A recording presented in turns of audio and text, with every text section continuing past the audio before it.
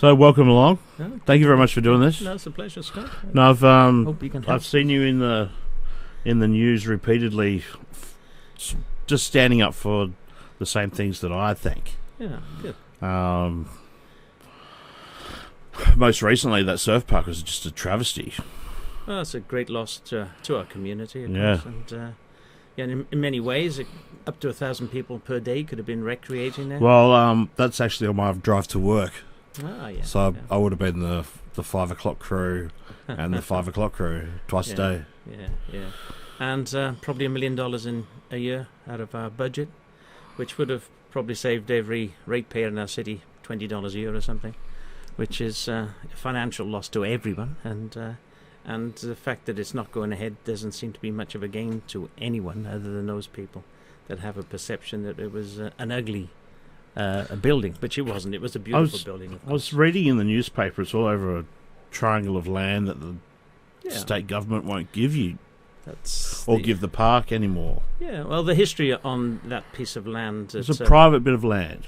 It's land that's owned by government, so it's a crown land. Okay, so it's... And of the 44... Who owns crown land?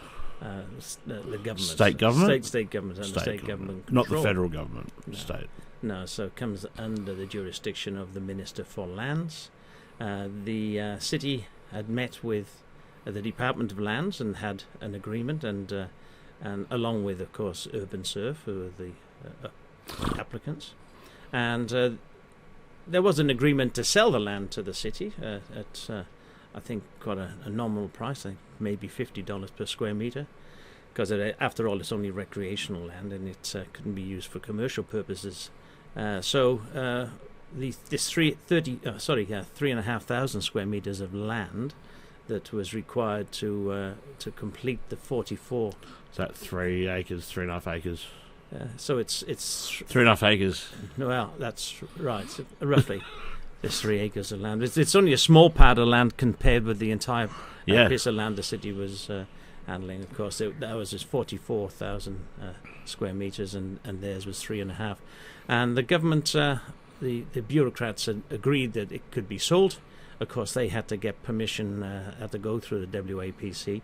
And the WAPC looked at it rationally and said, well, listen, you wouldn't want this land unless this development So the goes ahead. WAPC is... The Western Australian Planning Commission. Planning Commission. So that is they are the peak body for these decisions. Is it a government-run... Absolutely. Public service body? Absolutely, yeah. So that's.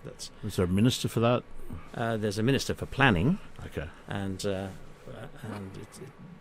it's the major director generals involved around the table, and a number of other planning experienced people are on the WAPC. It does also have a local government representative, but I just switched that off. are we started actually yet, or are we just having fun at the moment? Or are you just going to piece it together and pick up bit you like? Okay. Not really. I'm just going to flow it. So we're just going to flow it like this. Okay. Yeah, it's just a conversation. I like it. Yeah. I like it. You're like a good guy. So yeah. So I've got some points that when I met you at the pub lovely. a couple of months ago, but I haven't really changed any of them. Yeah. Well, Raw Highway is a big one. I got some new. We'll get information. We'll get there. But anyway, this 3,500 square meters of land. So the state government blocked Yeah. the sale of 3.5 acres of land at Alfred Cove, and that's why I can't get a wave twice a day. Yeah, it's Shark free. It's 3,500 square meters, which is roughly 3 of your housing blocks. This is a quarter acre. Quarter acre, yeah. So it's 1,000 square meters. So yeah. So it's not. No, it's not acres. It's 3/4 of an acre. Yeah, that's all it is. It's not 3 acres. Correct. Yeah. So Sorry. it's a small area. People. So it's a small area of land, and compared with the overall area that was required. That's only like this property, that property, and that property. That's it. Yeah. Probably less than that. Yeah. Most likely. So there was an agreement. That's embarrassing. There was an agreement that the land would be sold to the city once the application from Urban Surf was approved by government. So there are a number of stages to go through. the minister determined that once it had been to council a few times, and I'd supported the wave park with my casting vote, the minister intervened and said, "Well, we're not going to sell you that piece of land." So the minister, Minister Wyatt. This is straight after the election, wasn't it? Well, not long. No, it's probably a year or so after the election. So, okay. So there was a change of government in that time. So was the project started before the state, yeah, well before? Yeah, so it started under 2 years under the previous government. Yeah. Right. So that exciting opportunity was lost. Of course, then there was an effort to provide an alternative site for Urban Surf to build their wave park, and I think the government had a task force to find an alternative site, and the first efforts of that were to consider sites that had already been rejected by Urban Surf. One of those was at Optus Stadium, which was a significant site, but obviously required too much in terms of I remember rehab. Years ago. Okay, so do you know the story of the Oval? Way back. The year 2000. Oh, right. So not Crown. Burswood Casino was going to build a 100,000-seat stadium on the same site that they built it on their own back. Yeah. But the WA Labor government wanted to run the site for 5 years, and Burswood Resort Casino, blah blah, just went. Okay. No. Okay. They were going to build a 100,000-seat stadium there. Yeah. All those years ago. But my point about this was, it used to be a dump. Yeah, no, that's right, and it's so heavily contaminated. So they'd have to dig up asbestos. All sorts of contaminants in there, and it was a site where a lot of contaminants were dumped, and asbestos was only one of those. So in order to rehab that site, that Urban Surf would have had to pay 20 to 30 million, and then to determine what you're going to do with that soil. So the state government thought that was a good idea. Yeah. State government also had to look at it, and clearly now at this stage we can say that site is now no longer going to go ahead. There was a proposal at the time to make it a tourist activity area with a zip line, and they've now retracted. A zip line from where? One of the towers. Yeah. No, and the bridge is involved in that as a walking bridge. You can do a bridge walk, but now they've changed their mind on that because presumably the wave park is an inappropriate facility to have there. And the last I've heard is it's coming close to where you live, Scott, which could be. What? It could be in Cockburn. You heard it here first, people. Like down at Cockburn Central. Yeah, down towards Cockburn Central. I think a piece of land has been freed up there because of the bridge, and that is a consideration. So it could be a fairly just north of the train station there. I'm not sure where this. Where they've got north. that Armadale Road link to North Lake Road. From my understanding is that that there's an area of land now that's been freed up because of that. So it could still happen. I'm sorry, Alfred Cove.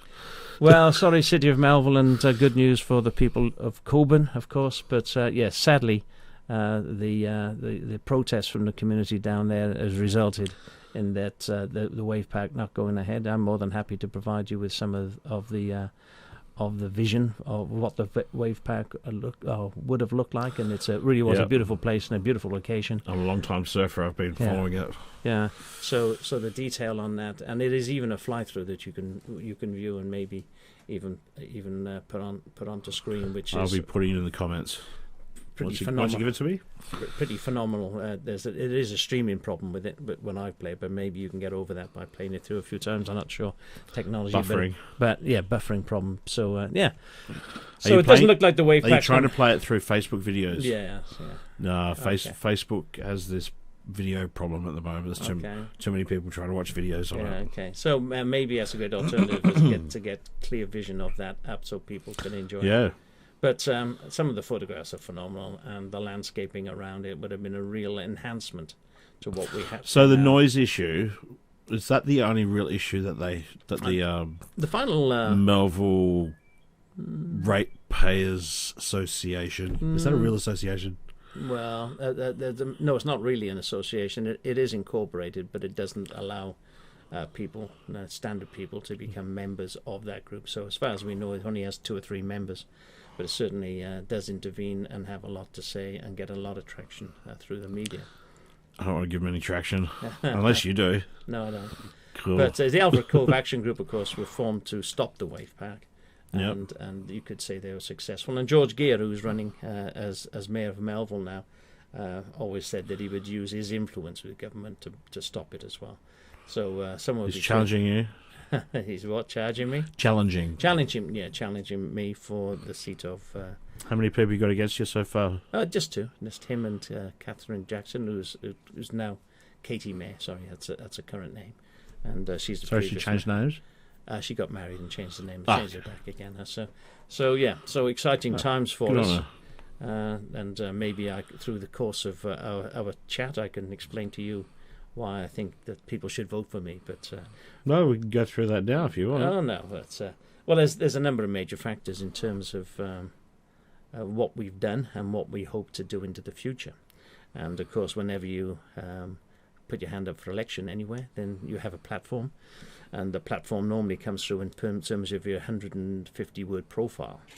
And nowhere in Mr. Gear's profile does he mention the importance of Roe Highway. And Katie Mayer, having run 2 years ago on a platform of not continuing Roe Highway beyond Murdoch Drive, has now chosen to include Roe 8 or the Outer Harbour. And anyone that knows the background to those two projects would know that one is not an alternative to the other. And in fact, just one of them, just Roe 8 on its own, will not really solve the problems for Melville. Melville, it's now been determined, has a massive problem. It does. And I drive through there nearly every day. Right. So I work at the Raffles. Yeah, I have to get to the furthest point in Melville. Right. So you've got an interesting challenge, and I can sum it up fairly. I don't go the freeway. No, well, not this morning. I head straight up North Lake Road. Yes. And then Canning Highway, and then I go through back streets. Yeah, that would work for you, and that might have worked today when everyone else was stuck on the freeway, or stuck trying to get onto the freeway. And certainly, whenever there's an accident, then an alternative road like Roe Highway would support that. But the fact is that the Westport, which is considering the task force that is considering the construction of an outer harbour. Hang on, just so everyone. Yeah. Westport is the Kwinana site. No. Westport is the alternative outer harbour port of Fremantle. Yeah. So it's an extra. Yeah. So duplicate. Just to explain. Island. Yeah. Sort of. Right. What's happening is more Rouse Head. No. Right. So the Westport Task Force are looking at an alternative port for the future site to Fremantle. And they have about $20 million to spend on this, and they've come a long way. But my consideration, having met with the chairman of the task force, was that what's going to happen with traffic across Melville if we build an outer harbour. Our concern is that the truck traffic, which is an issue, is not the entire issue. It is the volume of traffic which now is transiting or traversing the city of Melville east-west. Now those roads Leach is the one which carries south and Canning Highway. So the future of Leach has now been revealed is very oblique indeed. I saw a intersection drawing for Stock Road Leach. It's massive. Yeah. It's recent. Well, no, there are plans that Stock and Leach and Stock and Northlake and a number of other intersections could have what they call grade separation, which is a flyover interchange. Now then, in order for Leach to carry traffic into the future, and without failing, then we're told that it would require about 6 major intersections altogether along there at a cost of about $2.3 million.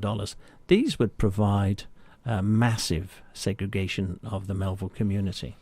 These would provide massive impact on local business, and these wouldn't, into the long term, provide an answer, because 2041, even with the $2.3 million upgrades to those roads, they would still fail at the major intersections. And it's $2.3 million. Billion. Sorry.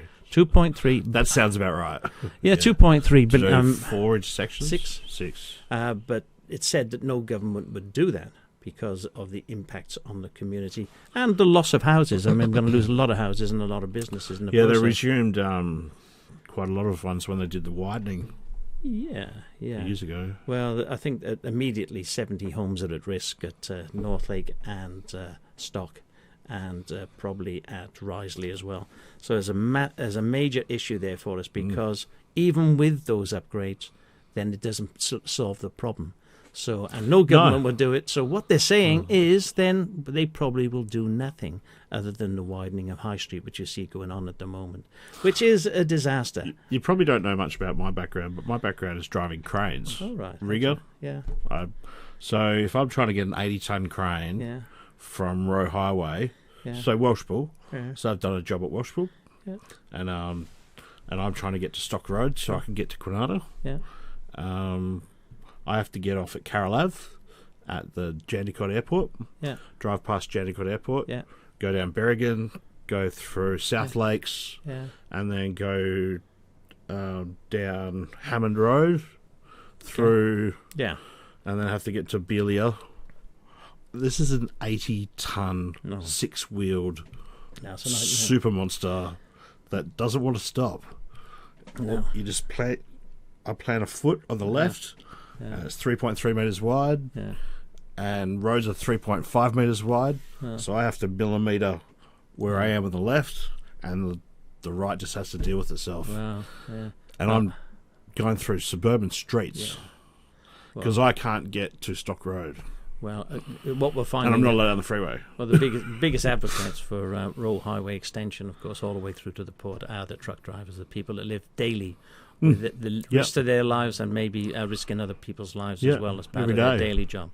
So it's a pretty unsatisfactory situation, and one, as for the reasons I just referred to, one are not going to be addressed by government. The only solution would be to build Roe Highway, and that is to get the trucks and to get heavy volumes of traffic off of our suburban roads, both in Melville, and that would form a southern bypass for the city of Melville, a northern bypass for the city of Coburn, eastern bypass for the city of Fremantle, and a western bypass, if you like, for the city of East Fremantle. So it is a solution that would solve a lot of problems. The alternative is, of course, that we just live with congestion, and the outer harbour is constructed at massive cost. And when I say massive cost, I mean the environmental cost as well as the financial cost is very, very significant. I've worked in the wharf a lot, and you can see in the boom times it was humming, but it wasn't full. It maybe got to 75-80%. And the report that came out a few weeks ago, it's at 24% capacity. There's no business model for a Kwinana port, and in the current economic status, there's no business model for an outer port. That's right. Did you see the news last night? I probably saw the news last night. So what issue particularly caught your eye? The MUA has come out against the McGowan government about trying to sell the port's lease. Of course, yeah. Well, I went to, I think it was called the Freight Forum. It's Fremantle Town Hall about 3 years ago. I was the only person there that was rooting for Row 8. There were 700 people there. At one stage, he asked everyone in the audience that supported Row 8 to join him in the seats in the audience. I was left on the stage on my own. But to get to the point, one of the speakers there was Christy Kane, of course, who is the boss, if you like, of the MUA. And he made a speech that talked about, MUA is now there to support the people of Fremantle. People of Fremantle have supported them. They didn't want Row 8 built because of the environmental issues. And then he came and sat next to me, and I just looked at him and I said, Christy, are you serious? Are you serious about that? And his response was, listen, privatization means automation, and that's what we're opposed to. So the threat at the time was that the inner harbour, Fremantle, was going to be sold by the Liberal government. I don't think there's any long-term or continued effort to do that. I see where he's coming from. I think the last Liberal government could have won if they didn't want to sell off Western Power. Yeah, Western Power is an issue. Now we look back at that, and of course, they're not trying to sell it now because it has no value anymore. It didn't have any value in the first place. But they were looking at getting, I think, billions of dollars for what they were selling, and if they could have sold it, we would probably feel sorry for the person who bought it at this stage and buy it back. Well, and at a reduced cost. But we'll draw the line on that issue and look. I'm quite happy to look at it, but I think that we got to look forward in everything we're doing, and for the people of Melville, then listen, Leach Highway without Roe Highway is going to be a problem in perpetuity. Now then we look at Canning Highway, which has also got massive issues. And people are saying, this high rise is causing. Well, there's not much high rise actually occupied now, and the figures. It is an issue for me for parking in the area. yeah, with all the tradies around. But certainly with the tradies. But no, I don't think that that's really an issue for traffic in the area at the moment. Well, the traffic studies that were done at the time of the structure plan being put together for Canning Bridge, indicated that there could be a minor reduction in traffic flow as a result of people living closer to the railway stations. The fact is... Yeah, they walk past my work every day. Yeah, so those thousands of people now will be walking to the rail station and activating that rail station in a better way. But I don't think there's any better place around there where you could have high rises. No. I'm enjoying it.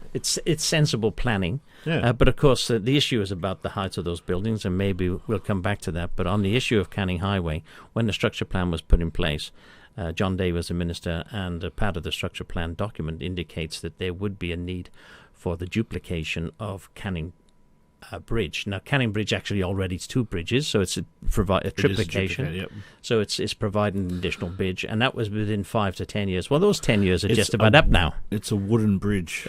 Yeah, the wooden bridge. The wooden bridge is really, it would be good if we could build an alternative bridge to that now. So the wooden bridge could continue to be a public transport bridge and a pedestrian bridge. Yep. Maybe some opportunities to activate on top of the bridge, maybe some pop-up type coffee shops, whatever. So that would be pretty exciting, and that would be a fairly well used by public transport to get to segregate it. Yep. But what we really need to do is to get the off-ramp onto Kwinana Freeway South from Manning Road, that ridiculous notion where you come off Manning Road and you've got to draw a circle, go over Canning Bridge and come back again. And we also just a quick left onto the freeway. Yeah, and the land's been purchased. That's fine. No, the planning's all been done for that, and just the Mount Henry pub there. Yeah, straight off. So that's a good fine. one. And there was also a lot of planning. There's no done. Intersections. No. It's a perfect solution. Yep. And there was also a lot of work done for a bus transfer station at grade level with the railway station. So in other words, if the buses, instead of stopping on Canning Bridge, which takes up an entire lane, and if those people, when you go there in the morning, you see the kids all alighting there, then you think, well, this is not a safe environment. So these buses would then go down and have a turnaround at platform level, so people can get off the bus. Maybe even a kiss and ride facility, as they call it, where you can park as well, drop people off for the rail station. Like a loop bridge.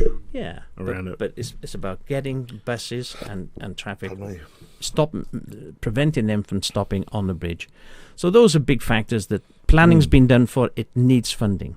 Yeah. But also the duplication of Canning Bridge will always be a bottleneck from now on into the future. That needs to be done. Now then, I think the freeway is really the bottleneck there. There's an issue with the freeway. But having said that, I did put a proposal to the state government via the Southwest groups. We put a project proposal for the last budget. It was rejected by the state government, Canning Bridge upgrades, but it was approved by Infrastructure Australia as a project of major significance. So they're an independent body. Yeah. They're a government authority, Infrastructure Australia. Okay. But the decision making is independent. So they're an independent government run body. Yeah. Okay, so Infrastructure Australia is saying, hey, look at this here in Western Australia. Here's a project we should be considering. Yet the state government is saying no. So here we have now Canning Highway, also now mired by the fact that no money has been spent on it to upgrade the infrastructure. We have Leach Highway, which is in perpetuity now in gridlock into the future. And so you think now that the government would look at this and say, well, public transport is the answer. But the City of Melville, along with the Southwest groups, have put a proposal for light rail or rapid bus transit along South Street from Bull Creek through to Fremantle. Now, you would know that would encapsulate not just the city of Fremantle, but the shopping centres along there, Cardinia, etc., right the way through to Bull Creek, but also incorporates the rail station, the hospital site, the major hospital site, the biggest hospital site of its kind in the Southern Hemisphere. Fiona Stanley and St John of God. And right next to that, of course, you've got Murdoch University, which is proposed to grow to about 42,000 students. So that particular site, which is the Greater Murdoch site, is seen to be the activity centre in all of Australia, has the greatest potential. And when I say potential, what gives you that idea it has potential? Well, it has great regional connectivity through the freeway running right next to it. It has a hospital. It has a major university. I'm thinking about studying that university next year. It'll be good news for them, Scott, I'm sure, if you go there. So they say it could be 100,000 movements a day. It would be great economic development potential within that site. It's already called, I believe, the heart of the South, with the proposed developments are going to go on there now, this mixed-use business site that's going on there. But the big threat to that is the fact that the transport links are not good as from or to the site. So as Leach Highway gets bogged down and Canning Highway gets bogged down, one would think the government would, this state government, who has a great interest or preference, if you like, for public transport, might look at that alternative on South Street and say, here's the panacea. We can do some planning around rapid bus transit or light rail to shift traffic east-west across Melville. Well, they've rejected that option as well. So what South Street would be a perfect street to do it on. Well, they say to me that South Street, in terms of value capture, because you stop at, obviously there would be a stop at Bull Creek, there would be stop at the hospital, a stop at the bus station, stop at the university, Cardinia shops, and as you go through, you see that there's great potential for that. It's an industrial area. People have to get to work at 5 o'clock in the morning. Yeah. So, I think that's the major fall down for most public transport systems is people have to work at 5 o'clock in the morning. Yeah. And you can't get to these places. I can't get from here to Welshpool before 7 o'clock in the morning. Yeah. That's certainly one of the problems. But for the city of Melville to be stuck to be stuck in gridlock is not a good thing, because we have nine activity centres which the government are encouraging us to develop. Canning Bridge is one of them, Murdoch's another. There are others around Melville, Risley Street, the Civic Centre, Garden City.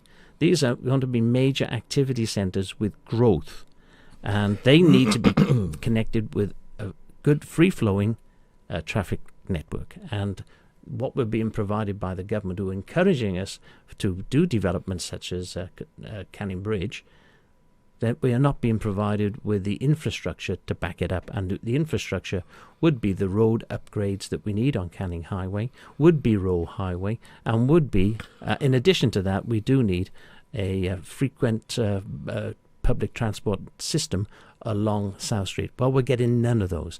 So to me, this is why the City of Melville residents should consider me as the person that has been battling for 15 years, that I've successfully seen the construction of Row 7. And what this government said was not their policy. We weren't going to build Row 8, and within months of that, I managed to convince them that they had to build the first part of Row 8 through to Murdoch Drive, and that I managed to free up requests from 8.1. 8.1. Oh, sorry, yeah.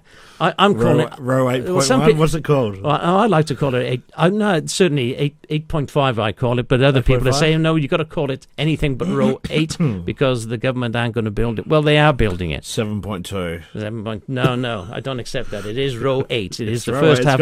It is the most expensive part of Row 8. The freeway. It is the most expensive part of Row Highway, Row 8, because it includes the major intersections. And from Murdoch Drive through to Stock Road, as we know that some environmental issues that people were concerned about, I thought they were ameliorated by the planning, bridging across... Turning left into Bibra Lake.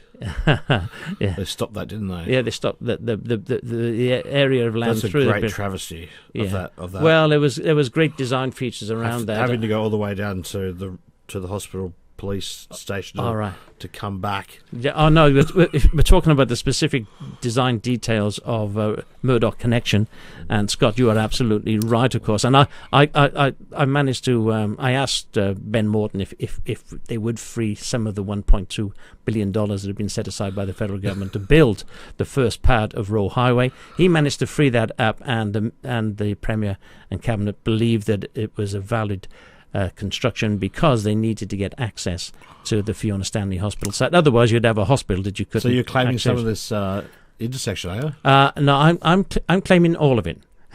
but what I'm not taking responsibility Thank you very for, much. I'm not taking any responsibility for the redesign, the political interference, which sees traffic redirected through Melville and in particular through Leeming, and that is a major issue for it. But I will continue to fight that. I want to get with off a change of government. Road. I just want to get off Farrington Road. Absolutely, and I think what happens when you have bad road design, you have accidents and you have people breaking the law. And I think within months of Murdoch Connection being open, I think you'll find that they will have to have another serious look at it. And it can easily be upgraded for the sake of for not hundreds of millions, but just several $1 million, I guess, 10 million. You can fix it up to open those roads so people can actually go to where they want to go in the most direct way. That's what roads are all about. That's what one would think roads are all about. But that we have to go through a bit of pain. And, of course, now that the first half of Roe Highway is built, the benefit, the cost benefit of building the second half becomes much greater. So that is a big thing. But for me, my battling with government for them to see the common sense of this, for me to be the only mayor that is continually supports Roe Highway and will continue to support Roe Highway. I live in the city of Coburn. Yes, well, I have many arguments with my mayor, and I'm a lifelong Labor voter. Yeah. Before all this, Scott, well, we spoke earlier. I mean, a month or so ago, I told you my background that I'm from working class Wales. I lived in on a council estate for most of my life until I left there, and my origins are that I think that one stage I had the Prime Minister and the Chief Whip were both neighbouring wards of Labour Party for me in Cardiff. James Callaghan was the Prime Minister, and it's a strong socialist area. As most of South Wales used to be through the mining industry. My dad would have been one of the strongest opponents, a union person, and I believe that, to me, there are elements of what I like about socialism, the Christian caring, if you like, the humanity of it. I quite like that, but also a bit of compassion.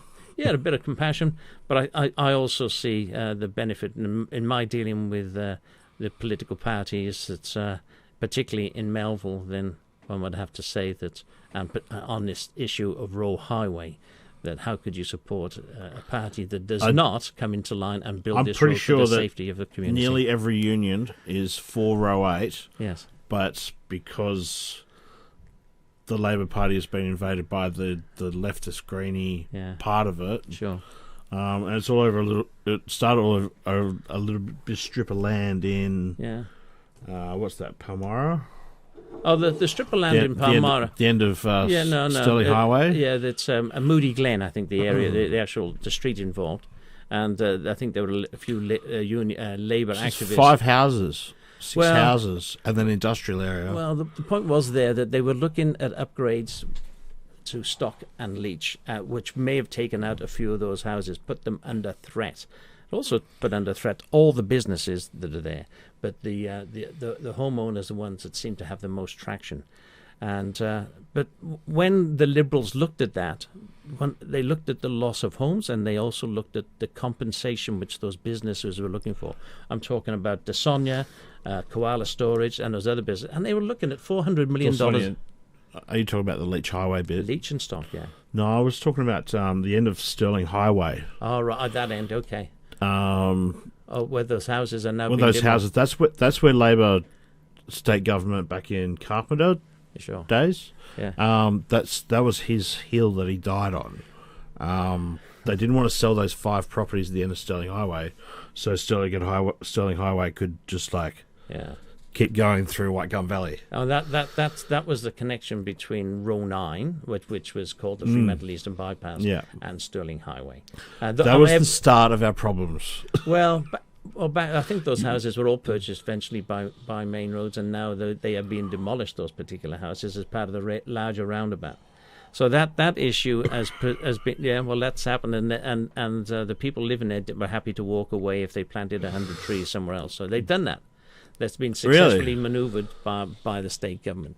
But the issues I'm talking about are the ones at in Palmyra, where the community even thought that the Liberal Party were going to demolish houses, and they weren't. What they did was looked at an that's alternative. Still Palmyra there, isn't it? They're on the corner there of Willagee and Stockton where the old Willagee Hotel was. Yeah, exactly. Woolworths. So the government looked at that previous plan, which was a Labour government plan, as a matter of interest, for the intersection of Stock and Leach.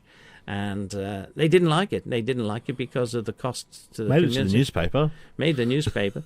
But what the minister at the time was Dean Nolder, and he started to look at a tunnel to connect Row 8 through to Stirling Highway. Does a tunnel help out a oversized crane? Are oversized vehicles allowed in tunnels? If they're oversized, they're too big to go into the tunnel, then clearly not. Yeah. And also you would have an issue possibly with hazardous goods. Now, hazardous goods I'm all for a freeway tunnel to the beach, and then a freeway tunnel to Canning Vale. Yeah. But so we still have. I think it's probably only about 1% of hazardous goods, and I'm not sure how many of the vehicles on there are cranes. Obviously, less than 1%. It's just really wide. Yeah, but then you'd have a much more free flowing Leach Highway to manoeuvre as well and get a lot of cars. We're talking about 80,000 cars a day, 80,000 vehicles a day, of which 8,000 would probably be trucks on Row Highway. The toll road part of it, even though it was only for trucks. Yeah. Initially, no one trusts the government. They know that. Well, that is a problem, isn't it? They know that tolls are creeping. I mean, people have been to Melbourne. Yeah, I know. But then, without those tolls, you wouldn't have any roads in Melbourne, or those alternate roads that just keep traffic moving. So there's got to be value in tolls, and a lot of people that built toll roads have obviously lost money on them. But toll roads, that's like to have a toll road here in WA is like the first one. Yeah, it's a massive issue for. It seems to be a massive issue, but I think we got to look at what the alternative is having no road, and that's the way. That's what we have as a result of that, and certainly was used as a political weapon to stop Row Highway, the Liberal Party winning the last election. Every truck driver would have paid it because Row Highway would have saved the money on fuel. Yes, it would. Yeah, so they were paying $10 in lieu of $18. Time. Maintenance paid its way. Absolutely, they were for the truck driver. Yeah, so on a one-way journey, they were saving $18, and it was going to cost them maybe $10, and that would have generated, I understand, about $100 million a year, which could have been used on other roads. I mean, really, that seems to make economic sense. And I believe in the bigger economic picture of Row 8 and the fear about the toll. Which is they're not even talking about tolls anymore now. They talk about it in more gentle terms because toll has such a bad name. But interesting. Well, they could still build it without a toll. Yeah. Of course they can. It just costs more. But the federal government is freeing up that much money. It seems like a fantastic. When usually with toll roads they enter into an agreement with a private company. Yeah. How many? That's true. I've followed a lot of like the Westlink in Brisbane. Yeah, Westlink, and they are private companies. In this case, it was such a good deal for the government. Schmozzles, though. Yeah, but this was seen to be such a good deal because it was a good deal for the truck drivers. It was a good deal for the community. Yeah, Row 8. And they generated that money, and the Labour government were kicking in the money to build the toll, and use and to provide the technology to make it work. So it was a fantastic deal, but obviously it's been lost now. We've now, when we look to the future, I understand that there's a bit of a swing towards Liberals, but one would say that there's still not much chance of a change of government for another 5 years. So the concern would be what's going to happen. We've got 3-year terms here. Yeah, we've got we're a year and a half. 4.5 years then. So maybe. Hey, who was it? Carpenter. He lost the unlosable election. Yeah. It would be a massive swing. I understand the numbers are changing. He pulled an early one. Yeah. Thinking he had like 70%, and then he lost it. Yeah, I think in Melville there's we are predominantly, believe it or not, we are Labour in terms of the state government. We have the seat of Jandakot, and we have obviously the seat of Willagee, which takes up a part of Melville, and we also have the seat of Bicton, which are now Labour. And I think those two of those, obviously Willagee is a safe seat into the future, but two of those are very much at risk. That have flown from Liberal would go straight back to Liberal again if there was a vote tomorrow, because people now have more. It's more evident the need for Roe Highway. People didn't understand if you'd build Roe Highway. I think Labor lying over the port. So the day after, within the week after the state election, the Labor caucus voted against a Kwinana port. Yeah. So it was no longer Labor policy a week after the election. Yeah, interesting. And the original costings and analysis showed that the outer harbour, a new outer harbour, wasn't required until 2048 or something like that, which was quite a number of years away. So if then, but now they're having a closer look at it now and generating reasons why they should have it. But that analysis they're conducting now, and particularly. It does not take into account the potential for building Row 8 or Row 9. So they're doing analysis saying, well, no Row 8, what are the alternatives? And it's a serious consideration without Row 8 that maybe you would build the outer harbour and destroy Coburn Sound. And then everything is just channeled on to Leach Highway. Coburn Cement had a good go at that, at doing that in the first place. Yeah. They dredged the whole thing. Oh, yeah. So, and then they had to go... Well, one of the issues... Put seagrass back into... Yeah. Well, one of the issues about the dredging in that area, of course, is the potential for contaminated soils within the dredging. But they also have CSBP there. Yes. And CSBP have killed 5 kilometres. Right. So once you start dredging that sound, the original analysis... It's radioactive. The outer radioactive. Yeah. The outer harbour itself is a major consideration because the dredging could be up to 1 million cubic meters of contaminated soil, which is one thing to dig it up and the impact that has certainly on the marine life. But the next thing is, what do you do with 1 million cubic meters of contaminated soil? And there's it's not like the old days. Badly you can just go and push it, dump it out further to sea. Or do you dump it onto? And we see most recently some of the considerations about the soil from the railroad, the rail tunnel that's being built, the Forestfield. Yeah. Well, I've been involved in that contract. Well, what are they doing with the soil from that? It is a problem. Federal government aren't giving approvals for it to be dumped just anyway. It's potentially contaminated. The same way. Red Bank. Well, the federal government is saying no, they don't approve of that.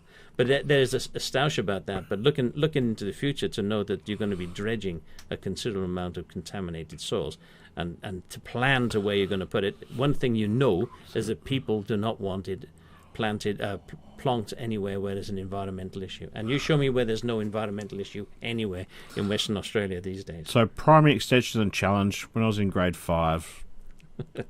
We had to go to this other class. I went to Kublai Primary School. Yeah. Had to go to Hammy Hill Primary School. It was PIAC. Yeah. Primary Extension Challenge. You were in the PIAC. I was in the PIAC group. Oh. And we went to CSBP on a field trip. Yeah. It's a fertilizer plant, and they make the fluorine that goes into your water supply, and they had an outfall. This is back in 1989, 1990. Yeah. And the tube would have been as big as this room, like circular height. And back then it was 3 kilometres radius that they just killed of the Coburn Sound. And that's 30 years ago. Wow, yeah, well, a lot easier to do things 30 years ago. We had one of our former council give us talk. I'm pretty sure not much has changed. Well, this former councillor was there around the when we first became a city, and he's saying, we're hamming it up a bit, but he said that, hey, what is all this problem with waste these days? Why didn't you do what we did with it? And that was just to dump it into Tompkins into the Alfred Cove. And they said, well, and everyone thought that was amusing. And they said, well, you wouldn't have a park there if it wasn't for our great works there. So, I mean, the old days are now gone. So that's contaminated land as well, is it? Yeah. Parts of it. You'd be surprised. Not where the wave park was going, apparently. So. Over the rugby fields. Yeah, further down. And the foreshore over issues there. About that, so. And it continues to be an issue, I'm sure. I would really be surprised the amount of places that used to be tips. Oh yeah, I know. We of course the tip that we have in Melville, which you might know is close to Melville Glades Golf Club at the back there. That was in operation about 15 years ago. Dundee Road.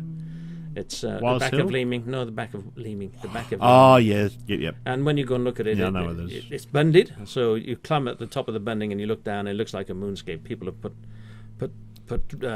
buildings in there, concrete, everything, and there's some asbestos in there. So that is a major issue. But the legacy issue for our community about that, in order to fix that up, would cost at least $10 million, maybe $20 million, because it is leaching into the water mound as well. So, and the city is made responsible for that. So it was all very good and happy to be able to have somewhere to dump your rubbish, but unfortunately. No, that's not acceptable anymore. Modern techniques weren't implemented. Well, we've just gone for this 3-bin FOGO system, and people are kicking up, not realising that we don't have a tip site, and there are no more being made available within the metropolitan area or anywhere around it, this side of the escarpment. Not even Henderson.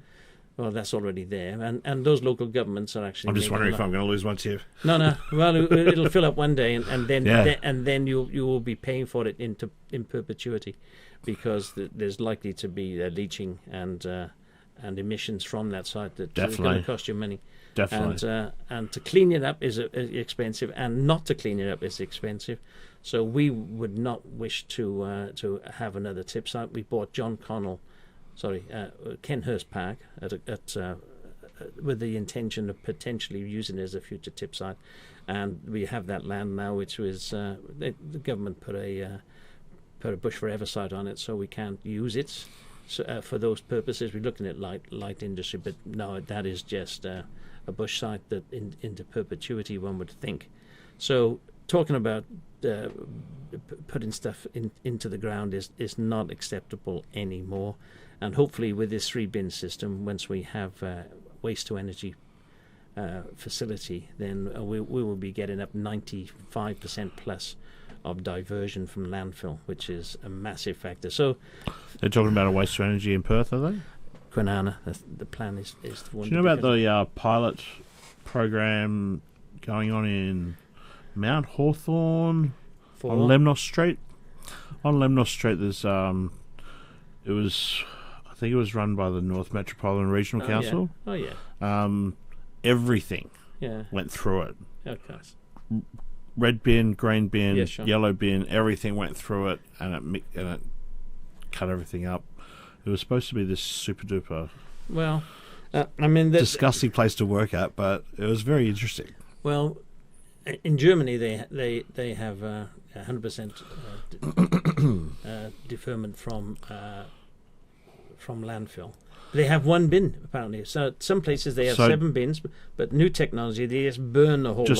Just to give you a summary of this pilot plant. Sorry, I got it for. It was really disgusting. They've fermented. They've got these big fermentation tanks. So any organic material comes through, and they make methane. And distribute the metals and the plastics and the. I'm not sure how that project's going here, but that's the method they have, I think, in Cardiff, my hometown. No, it's actually a pilot plant happening here in WA right now. If you want to have a look at it. Well, that'll be a major consideration. But what we're doing is recognising the waste hierarchy. Any good, it would have probably. Well, no, but they have a similar system, I think, in the UK, and from Cardiff, they have that system. But the system we have recognises the waste hierarchy, and what's happening, of course, in our red bin is just the contaminated stuff that you couldn't imagine being recycled in any way. Yet your plastics and your cardboards and landfill. So the red bin goes to landfill. Yeah. And is that a smaller bin in Melville? I'm not sure. Yeah, smaller bin. Yeah, we've got a smaller bin here in Coburn. People are getting to work with you. The difference is between Coburn and Melville, you pick yours up every week, and that is because you're putting your food waste into your red bin. Yes, that's what they're asking us to do. And that's called a go system. I would have thought it would go into the green bin. Right, that's what it does in Melville, because the green bin will then provide amazing mulch. Yeah. High quality, valuable mulch which can be recycled back to the community. Made out of Canning Vale? Yeah.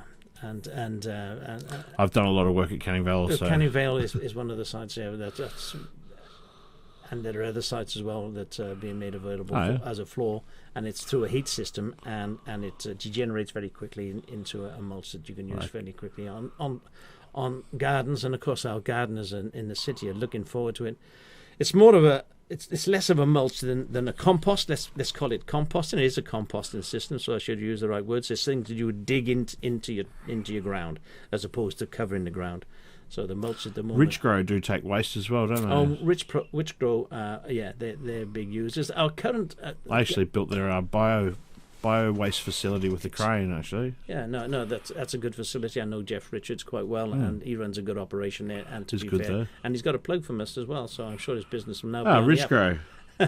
Maybe you'd like to invest in the in the podcast. No, but we are now, I believe, providing the best system we can in the absence of waste to energy plant. And when a waste-to-energy plant becomes available, then we can burn everything that's in that red bin. Our residents, by the way, have only had these bins, some of them only for a week. Waste-to-energy is also very contentious. So contentious, do you say? Yes, what you said. Okay, so it's a contentious. But when you look around, I haven't travelled anywhere. I send my officers to go and look at these things. Because we're trying to keep the CO2 level down in the atmosphere. But what I understand from the emissions that this mostly just steam. I mean, we've heard this before, but they it's not really an emission. Some of them have been in operation 10, 15 years in Japan, right next to housing. I mean, and you can imagine if you can somehow capture the carbon. Oh yeah. In some form, diamonds. Well, be a good way. Capture the carbon by burning it. Yeah. But what you end up with is just an ash outcome. Which if you can do that, that's a carbon sink, isn't it? That's what we're all looking for. Yeah. If you can make it to a. But it's the system, 3-bin system with the FOGO, food organics and green organics in one bin, is environmentally the best thing we can. Is that what that means? Yeah. Okay. Yeah. So you've just I had no idea. No, you've got a GO system, which is just green organics, but we put in the food into the same bin, which requires a little bit more organisation. We need to have a kitchen caddy, and people have composting bins, bags, and they put their food waste in there and dump it into their green bin, and all that provides a lovely compost that can go back into the ground, where most of it's come from, of course. So it's a very interesting project, FOGO, one that I've worked hard on, so people understand it better, give them opportunities to overcome their problems. But one benefit that I've found to this is that the community is not, because of their involvement, because they virtually have to comply and they have to know how to recycle right, provided with a great opportunity to work together.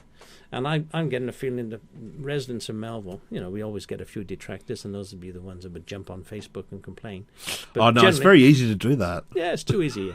But what I'm finding is that this is what people are looking for. They complain a lot that the city doesn't consult with them. Well, this is opening the door for consultation with everyone. So if you have a problem, if your bin is overflowing, please talk to us. And our officers will be there within days to help you solve that problem. I could get you on Facebook. Yeah. Yeah. People do get me on Facebook. This is one of the things I love about you is you're so approachable just on Facebook, like a Melville chat. So. I don't profess to know everything, so sometimes people say you're a bit brave taking on all these questions, but my officers, I can refer to the officers, and normally within a day I get back to anyone that's got an issue. I mean, there was a lovely lady that has an adult disabled child that uses obviously adult nappies, and her bin she was concerned that her red bin was nearly filled within a week, and our officers got a new bin out to a larger bin, and so she could survive for another week. The odour is an issue, and there are strategies for. So the red only 2 weeks. The red bin's only once every 2 weeks. Yeah, so it's the focal bin that gets picked up. So every week. So these problems can be handled quite easily. All it is communications, and Facebook is an amazing tool for that. Is an amazing tool, and the fact that they're contacting the mayor. It's almost like a direct democracy. I don't know what's going to happen when I go on holiday. I don't know who they're going to turn to. I'm worried about my work because I just came back off. Yeah. But going on holiday, maybe I'm actually going. My next holiday is in China, and. By the way, I'm paying for that, not the Chinese government. Yeah, you're not going to get my wife is fascinated with Shanghai and the history there, so I told her that win or lose this election, ceramic warriors. Absolutely, yeah, do the tour. But I told her win or lose this election, we'll go. And good. But of course, they won't have the communication, so someone's going to have to be. The deputy mayor's going to be busy for a couple of weeks while I'm away. But I believe Facebook is a good tool. It does create a lot of problems, but it also handles a lot of issues. And I'd be quite honest that we don't do the best. Local government doesn't do the best in media. Media seems to be attacking local government. It seems to be easy prey, and I think that Facebook, for me, as the mayor, has given me an alternative avenue to correct the public record and get the truth out there. So people can bash it as much as they want, but I think I'm a big fan of your involvement on it. Oh, thanks for that. Yeah, Scott. no. Oh, thank you very much for that. Absolutely. Don't get a lot of positive feedback, but it's you probably won't. You You probably don't. No, but you never know what. I mean, we once again are going to this election, and we've got two people here, opportunists, if you like, to and providing quite a bit of fake news in my view. These are your challenges. My challenges. But I'm going out there now, and I'm just relying on the Melville community seeing the truth in this, and being able to make a judgment on what is fake news and what is the truth. In local government, we are forced to tell the truth. Of course, we have an authority, which is the Department of Local Government, the Standards Panel, which stands above us. And if we provide false information, then we could well be in breach of the Local Government Act. So everything I say, as far as to the best of my ability, is the truth. Well, the other people, particularly those that aren't elected members, haven't got to comply in that way clearly.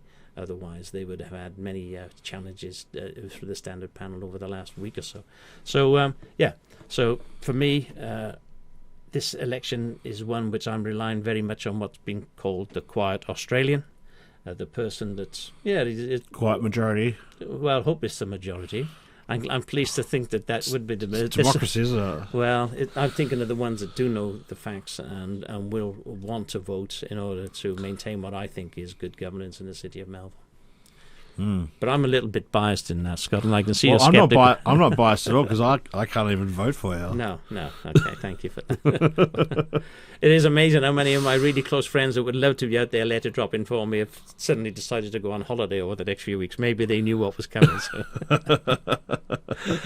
Just another one of those challenges. And the big challenge, of course, is my opposition. I mean, Katie's a very wealthy lady, and Mr. Gear seems to be getting a lot of funding, particularly the groups around him are generating a lot of funding. And in fact, the last election, I think... Is there anyone from that other group that we were talking about that made it up? They talked that they were going to put people up. Oh, no, they have. They've got their candidates running in most wards, along with Mr. Gear. Yeah. And it's a takeover of local government. People are saying it's a political takeover, Russell. Have a look what's happened. You had an inquiry imposed on you by the Minister for local government. You've been attacked. People have taken away Roe Highway from you. People have taken away the wave pack for you. Both issues very similar, in fact, about land issues. So open your eyes, and it's a political takeover. Well, I'm not prepared to go down that path to confirm that without more evidence. I've been working closely with the Department of Local Government. Their inquiry, as far as I was concerned, found absolutely nothing wrong. Yeah, I read it. Well, if you read it closely and you know the details behind what they call the findings and the recommendations, is that we didn't dot some I's and we didn't cross some T's. But the rest of it is even when we did make an error, which was about purchase of some land, we informed the local Department of Local Government immediately. We think we made an error. We should have got council approval. We'll get it tomorrow night before we purchase the land, and that's the biggest issue of a day. Probably a day or two by the time we got approval from council to purchase that land, and that is the biggest issue there. And our officers have always been open and transparent in dealing with that issue. As soon as we found out about it, it was simply a case of okay, we're going to purchase this piece of land, and it was a fantastic deal for our community. And my CEO said to the officer involved, "Do we need council approval?" He said, "No, I've checked, and you don't need council approval." Well, he was relatively new in the job and didn't realise that from that recommendation that went to council, there was an amendment. There was a rescission on it the following meeting, I believe, and it just rescinded to say you do need council approval. So it was an innocent mistake by a new officer, and as soon as it was found out, we dealt with it. Fact is, when we purchased this, it is a piece of land in the Canning Bridge area, and the fact that we were amalgamating that piece of land with land that we already owned meant that we immediately had a benefit of millions of dollars for that. So it was two properties next door to each other. Oh well, we already bought. We had one which was a car park. We paid $11,000 for that, by the way, and then we bought the property next door. At about, I think maybe $3 million.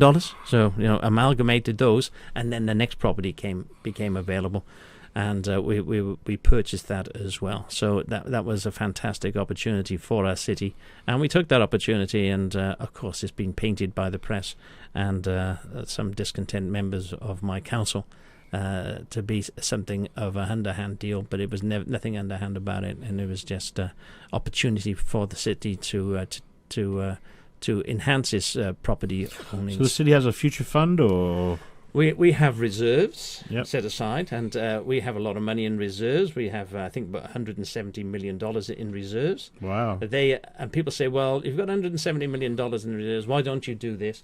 Well, the fact is that all that money is allocated, and part of that allocation is in a property reserve, which is there for strategic purposes of purchasing land like this. If we sell land, we put the money into the reserve, and that money will then be used to buy land which has more strategic value to us.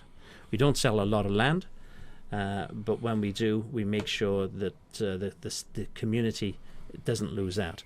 Now then, $170 million worth of reserves has been put aside significantly over the last 12 years by my previous CEO and under my leadership, for good reason, and that means that moving forward, that we have a long-term financial plan, and part of that long-term financial plan is asset management.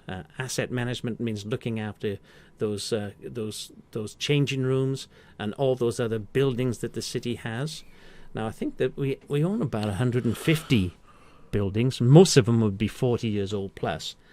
And you say, well, 40 years old, the depreciation on those sort of buildings would be considerable. Well, $250,000 goes nowhere. I know I'm a handyman at the raffles. Oh, right. Well, I know how to fix stuff, how much it costs and time. Well, you should go out for a public tender and under the heading of local government, and you'd find that your costs might be even more difficult to contain. Maybe, but I need a job. But if you multiply 150, say, by $500,000, that's a lot of money. So let's take one classic example is the civic building itself, which is maybe behind Garden City there. Yeah, well, it's $100 million building to replace. Well, it will need replacing or considerable refurbishment sometime in the future. Older than me. So we put this money aside. I'm old. Every year we put money aside, virtually every year, for that sort of upgrade, so that there's no point in time when we've got to turn to our community and say, hey, I'm sorry, the rates are double digit this year because we're doing this.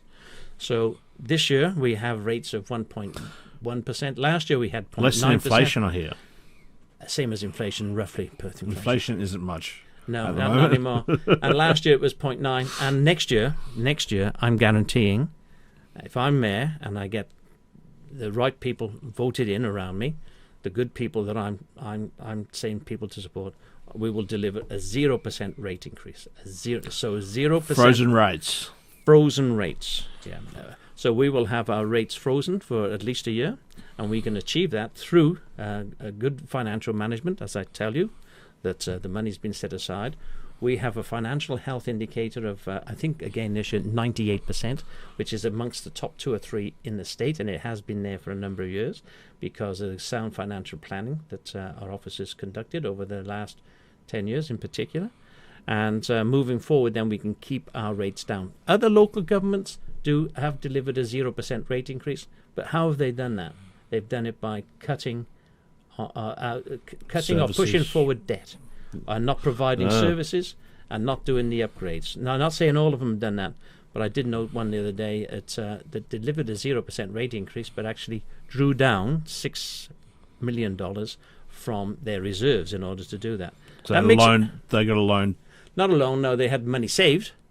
But like we say, for specific, we could draw down on our reserves to do that. But that's not the way to do it, because we have to take account of the change of communities, economic people. The best situation, economic situation. But the fact that people who are consuming a product now should pay for it, and not pass that debt on to future generations.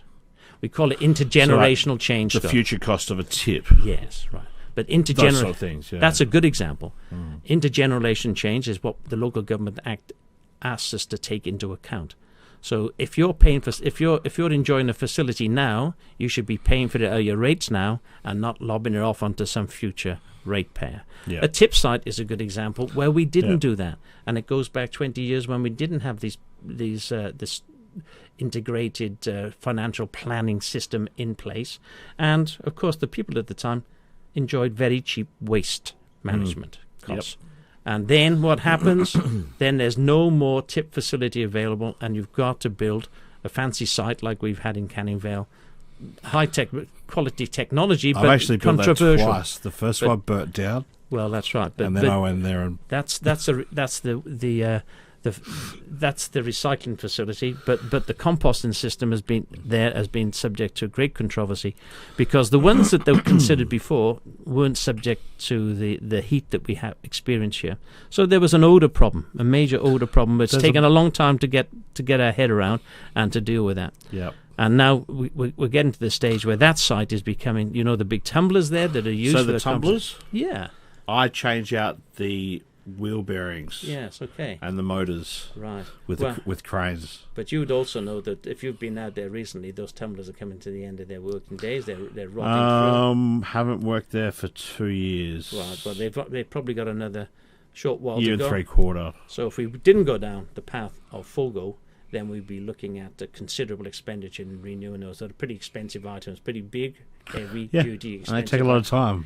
They do. We got it down to about 20 hours each bearing on those tumblers. But those tumblers are expensive to buy new, and they are rotten out. They do rot out. And it was predicted that they would come to the end of their working life by 2023. But they do a lot of work. Well, they've been patched up and made to work. But now we have a new system which frees us up from that and offers us a much better waste management future. Yeah. Yeah. I've actually done some work inside the mulching shed. Oh, yeah. That would be fun. You get a crane right in the corner and you poke it through some stuff so they can lift motors out. Well, spend 3 days in that composting shed. It's always interesting when we go down there, particularly when the television cameras are there and they're very keen to go and see what you call the mulching shed, and you think, okay, I'll go down there. And of course, you've got to get your suit clean when you walk out of there because you stink to high heaven. And one of the disappointing things about that process, as it was the amount of plastics that remain in after the composting system.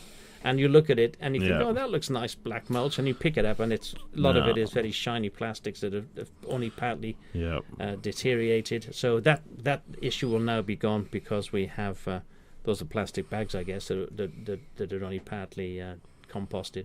Now we have compostable bags provided free of charge to our community. And I say free of charge, they haven't got to pay for them. They want more, they can get them, but they'll all come out of their rate somewhere along the line. But the thing about FOGO is not only there's a massive saving to the environment because we're putting less in landfill now, significantly less in landfill now, but there's a cost saving as well, because putting stuff in other people's landfill is expensive, and that cost saving also involves producing a mulch or compost, which is valuable, where before it wasn't. So the estimates are that we could be saving as much as $3.5 million through going. Sorry for my beer fly. Your beer fly. We could be saving as much as $3.5 million through this process, which is one reason I say that we can deliver a 0% rate increase next year. Whether it is 3.5 or it's less than that, we will decide. But I know that we will continue to provide the high quality services and facilities, and to meet our demands in terms of our ongoing asset management in the city. And we have the long-term financial plan to guide us on that. And with this boost, it would have been much better if we had the wave park as well, with another $1 million into the kick. Yeah. But the fact is, the city of Mount Twice a day I could be surfing. Yeah, well, that'd be nobody. I'd have to go the other way if it's in Coburn. Yeah, but Scott, how do you feel if I told? But how would you feel if I say, listen, it'll cost you $40 an hour to surf there during certain times? How would you have felt about that? Yeah, it's the only way I can get a wave in Perth. Yeah, okay. Like, it has to be really cold. Yes. To get big waves here. Yeah. Summer, everyone wants to go to the beach, but there's no waves. That's right. And I actually was hanging around Cottesloe Beach when Ken Crew got taken off the beach in 2000 in knee ankle deep water. Yeah. And that upset me a lot. Yeah. I just moved back from Queensland. Spent 7 years surfing in Queensland as a kid. So I'm 21. And my local beach just had a great white attack, where 2 people got injured. Well, one person got killed, one person injured. For you, $40. It freaked me the fuck out. Sorry to swear, but I'm sure you can dub that. I'll put it into my mouth. No, it's going uncut. No, it's So for you then, the $40 is fine. Well, they say it could be $20 for kids at $40 an hour of good waves. Yeah. Holy shit. Right. Yeah. I mean, people are.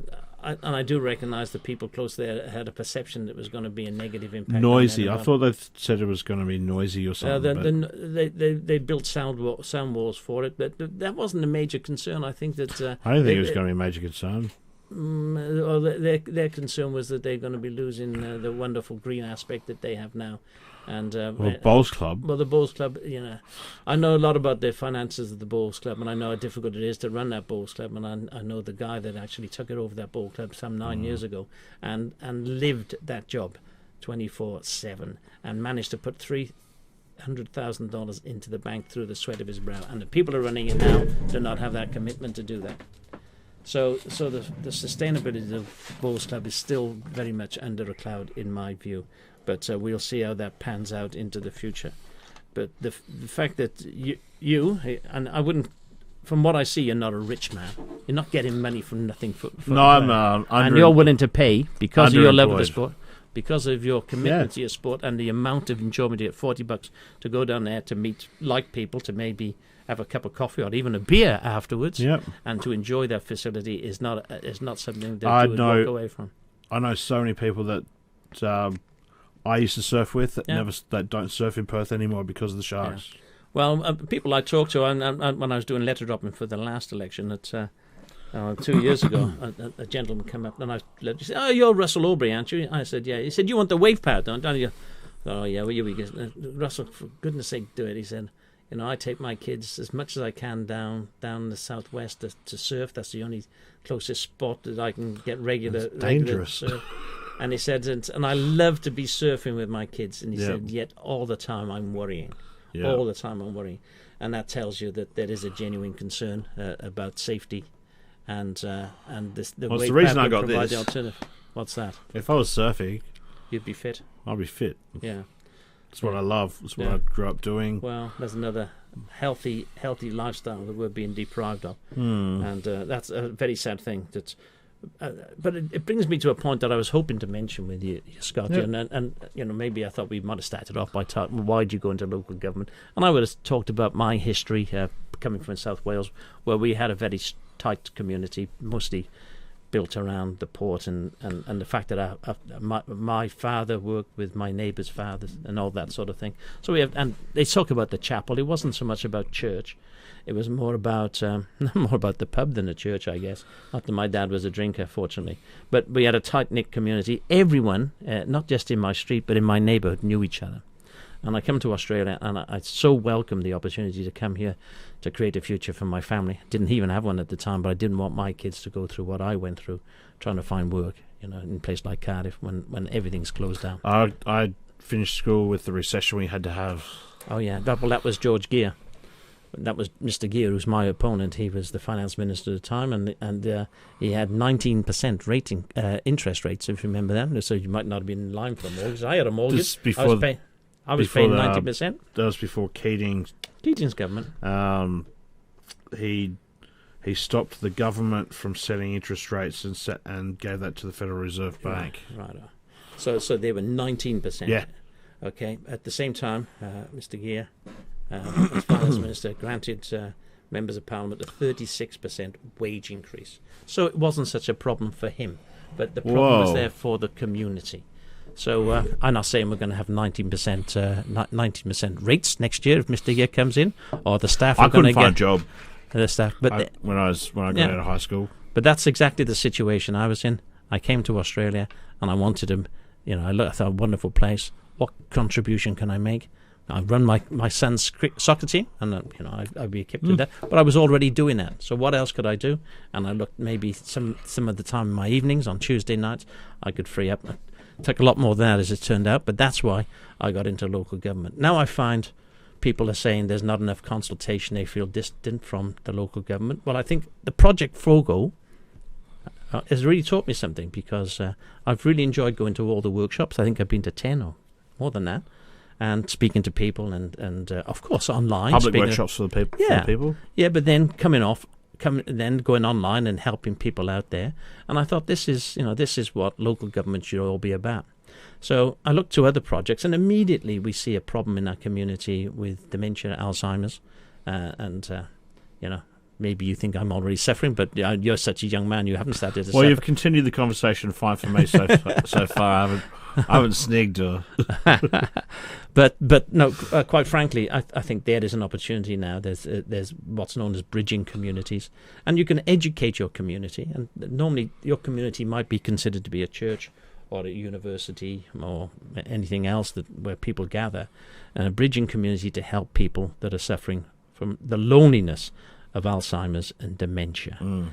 And this is the big killer, really, because if you can't remember everything you need to remember, when you get older, then you're not working anymore. Now. You don't need it to earn a living. Yeah. What you need when you get older is that you have an enjoyable life, and most people work hard in their lives, and they deserve that. So they do. So my aim in creating a city which is a bridging community is to work with places like Murdoch University. I've spoken to them. Put their hands up. We'd love to be part of this. Mount Pleasant Baptist, they want to be part of this. I spoke yesterday to Father Bruce at All Saints Church. He said that's exactly the sort of thing we're looking at, where we can bring people in that are suffering, provide them an opportunity to meet with our congregations or other members of our community, and to have discussions. And this bridging can be something as simple as a smile. For the average Melville resident, just to know that if someone is looking lost and lonely and distressed, the most important thing is you go to them and you smile, and you don't create greater loneliness. You erode the loneliness that they're suffering. Could even be just a handshake. It could be a helping hand. Yeah. And it could be anything that you do in order to support people with a disability that's a barrier to them enjoying life. For 6 years, I was on the Disability Services Commission Board. You're only allowed 6 years, and it was some of the best contributions I think I've made to Western Australia. It's outside the local government forum, but something that I was very passionate about, and I'd like to maintain the rage, if you like, call it that, as mayor into the future after this next election, to make Melville a bridging community. And Alzheimer's and dementia is a big task, but I think that if we get people into the right frame of mind, just for them to understand when they see people suffering, any disability whatsoever, that all they really want is a bit of compassion and a bit of humanity. And I'm just trying to I would like to work, first of all, with all these different agencies, churches, universities, schools, but then to have a greater message for all the Melville community to be sensitive to those with disabilities and that can't enjoy a full and active lifestyle. And many of them do live in fear because of their disability, and for help them to overcome their fear and to show that as members of the community, we like seeing them out there. We like seeing them engaging with us. A lot of it is about, for dementia in particular, is about listening, to spend time with them. And I'm not asking everyone to do that. What I'm asking everyone to do is just show a bit of compassion and to work with their city and these groups who are trying to make Melville disability sensitive in this way. On Kintower Road there's a retirement village just got... Yeah. I saw that in the newspaper. It's a new aspect. It's in the M10 area, so it's 10 stories, but this is going to 15 stories. It was previously put forward as just an apartment block, but John Norrup and his company have put forward a proposal where it would be a new style of aged accommodation, and this is for people that probably aren't ready for more intensive care, but the care will be available for them if they need it. So it is a genuine aged person's accommodation. The last resort. It's not the last resort. Correct. No, but interestingly, when we look at providing higher density accommodation, there is a need in Melville for a diversity of accommodation. Obviously, people like me are now rattling around in 4x2s or whatever, and maybe we should be freeing those houses up, but moving somewhere else. In the past, it's always been about... Help the home price get down for us. Yeah, well, that's right. Not that anyone really wants to do that. But in the past, it's always been about buying the 2-bedroom units in Fremantle with a glimpse of the sea and not getting any financial return out of the sale. You think, well, we stay where we are and we rattle around. But now, clearly, there's a lot more units being made available. There's not a lot of traction on them at the moment because of the economic situation, but I think that will change. I think when the raffles first became available, and you know all about the raffles, but 75% of them, 75% of those... I was actually living in your electorate when that happened. 75% of those units in the raffles were sold to people living within 3 kilometres. Yeah. So, which is a big factor. It shows you that there is a demand for a higher density living, and it's lock and leave, and people live there for a number of reasons. Most recently, I was down on the corner of Stock Road and Leach, and the Palmyra Apartments would be at an opening day last Saturday, and I opened that, and I didn't. The old egg factory. The old egg factory, yeah. So this is stage one. I saw that the other day. I'm like, no. Yeah, you want the egg factory? I had 3 excursions there. Yeah. Well, it's Palmyra units, and it was interesting. It had a sort of a bit of funky music and people, nice food, and all the owners are there. And I looked around. I thought, this is interesting because we have people here that are like 65 and older, and then we have people that are probably 35 and younger. And a gentleman came up and talked about the demographics of people gone. And I didn't have his data, but I said, one thing I can see here: these apartments seem to be appealing for those young or those young at heart. People that want to be mixing with young people and certainly aren't ready to go into a retirement home. And that's that's a common theme for older people who are even getting older than those people that I see there. Them to live in accommodation, share it with a range of people from different ages and different backgrounds. So it adds to that vibrance, and if there's a coffee shop downstairs that you can all enjoy, then there's always someone there from whatever time of the day it is, that. So it's that non-competing interest that people would have. The swimming pool, sure, that the youngsters would probably dominate that on weekends, but the oldies would get use out of it in the quiet time. So I think that mixture is important, but it's also important to recognise that these high-rise developments, and that's not a high-rise, I think it's maximum 3-4 stories there in Palmyra. There is a real demand from our community, which is an ageing community. We've got one of the most ageing communities in the city, in the metropolitan area, certainly, possibly in Australia, in Melville. None of us are getting younger. No. One of the problems with that is my mother used to say that old age doesn't come alone. So we joke about these things, about hair growing where you don't want it to and everything. But So, but I really believe that 60 is the new 40. Let's be realistic about it, and people do have the capacity to live active lifestyles, and this sort of accommodation provides that alternative. So I thought somewhere along the line I was going to get a pub at Garden City. You were going to get a pub at Garden City. Was going to accommodate you, Scott, in every way it possibly could. You know, I was designing it around you. Now, but hopefully, well, of course, there was going to be a MasterChef array of restaurants, and alfresco dining. There was going to be an awful lot of things. It was going to be a phenomenal development. The designs we'd seen and worked towards during my time on council. Ever since the guys from Garden City came to me, and I feared at the time that they were going to say that they were going to pull the plug and going to move down the freeway. But no, they said that they wanted to double the size, and they wanted to build what was going to be the best shopping centre in Australia. And the budget at the end, I think it was $850 million. And what went wrong, because we were one of the first of the shopping centre upgrades you see to come out and say, take a look at this. And it would have been phenomenal. I mean, the Pacific Forum up in Queensland. I don't know if you might know that shopping centre, but that's been upgraded. Pacific Fair, sorry. That's spent a bit of time with the Gold Coast myself. Yeah. As you know, but it is compromised in terms of access from roads there. Yeah, and highways. But Garden City would have been much better than that. But they call that one the resort. They call it the resort because people treat it like a resort. It's a whole new form of shopping. Who would put money just into retail? You've got to recognise that... It's an amusement centre too. Yeah, absolutely. You spend all day there. You spend all day there at a resort. I think the food take was about $30 million a year. Been spent on food now in Garden City.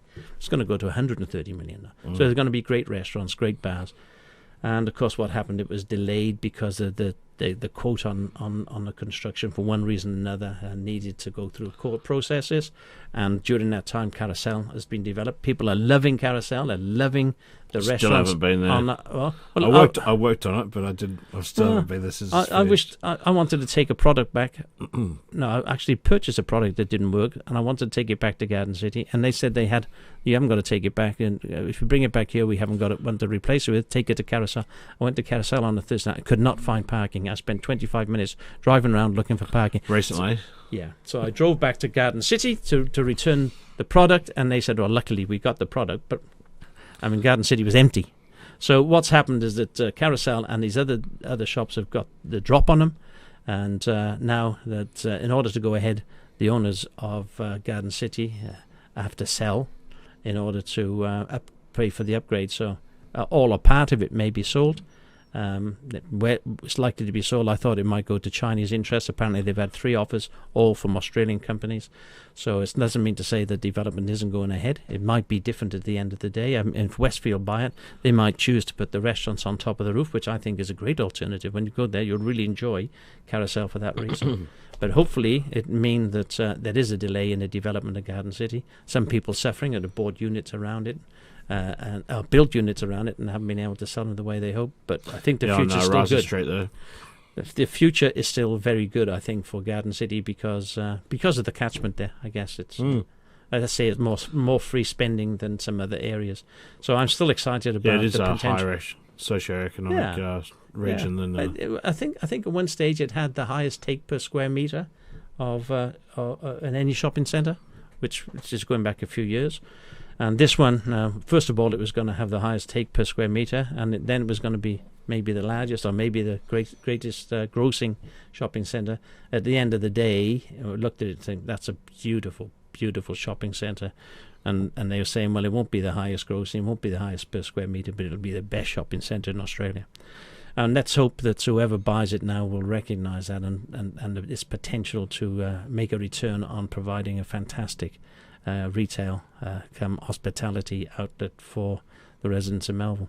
And it was we talked about it possibly being a resort type thing. They were talking about 10-pin bowling, all sorts of things going on there. That you could do 10-pin bowling there? Yeah, no, it's easy. There were offers for that. There were offers on the table for 10-pin bowling to go there. Yep. International companies, and when I was in Pacific Fair, which you remind me is the correct name for it, I was walking around and I asked some of the guys to show me, and I was on holiday with the wife. I said, where are we now? And I said, what sort of building is this? Oh, this is David Jones. It was like I was entered into some sort of palace. Yeah. I thought, really? Well, what are they selling? And they said, oh, this.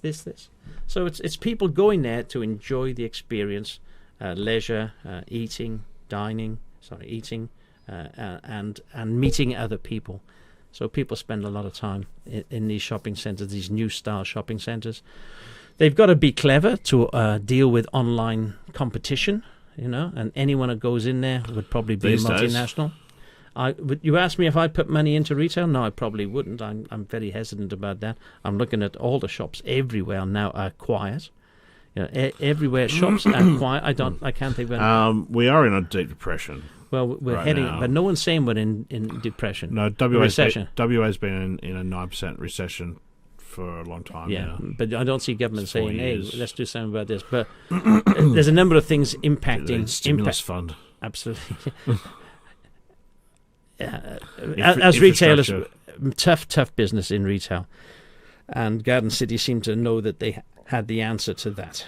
Yeah. So they would deal with online competition through giving people alternatives to buy it now or buy it online. That's going to take you a month to get. This you got now, you pay a bit extra for it. Whatever their strategies were, but it is good to have someone to yell at when it doesn't work properly. Yeah, well, it's been tough for a number of years now for people I know that work maybe on a cosmetic counter in David Jones, and people spend all time selling them, and then they say, well, what's the number on the bottle? Okay, I'll go off and buy it online.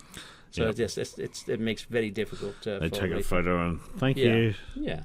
Yeah, well, that's the way it is. Or alternatively, they buy something online and take it back to the retailer for a refund, because there's something wrong with it. But anyway, or because they just want to make some money out of it.